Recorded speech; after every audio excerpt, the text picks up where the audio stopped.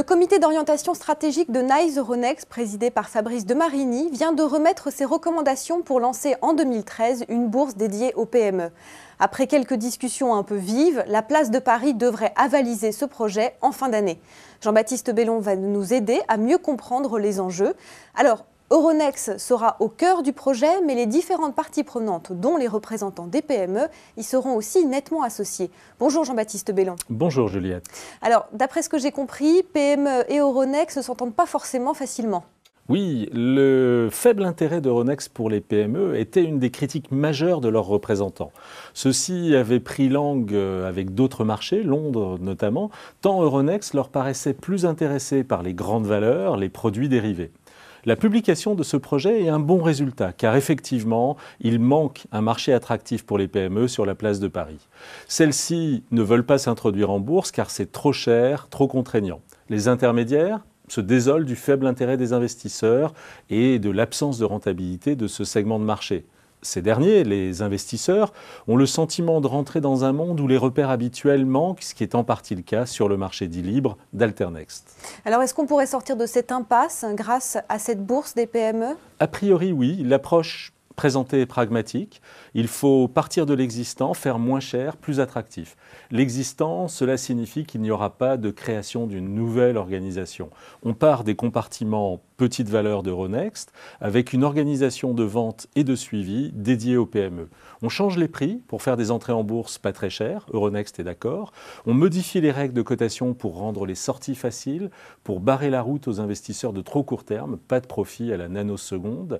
Et on associe les entreprises et les intermédiaires sur le moyen terme par des contrats de liquidité plutôt que de rentrer dans une logique de market making.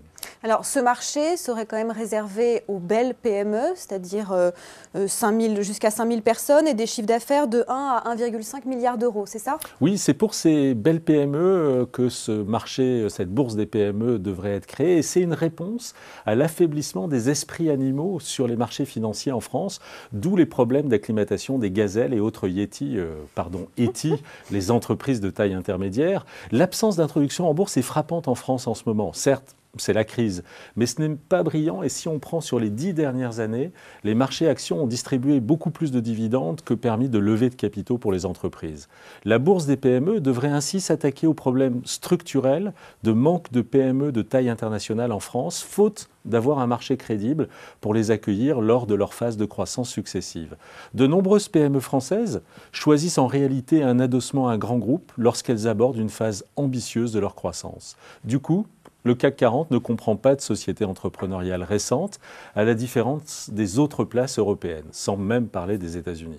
Cette situation d'immobilisme se retrouve dans l'analyse des grandes fortunes françaises, où dominent des héritiers un peu âgés. Ce n'est pas du tout la même chose en Scandinavie ou en Allemagne, sans même parler de l'Asie. Mais alors, est-ce que cette bourse des PME pourrait réellement avoir un impact en France ? Pour que cette bourse des PME prenne réellement de l'ampleur, il faudrait d'une part que le gouvernement donne son accord au lancement d'un nouveau produit d'investissement, d'un investissement en actions, un PEA, qui serait dédié à l'investissement dans les sociétés cotées, dans les entreprises moyennes cotées.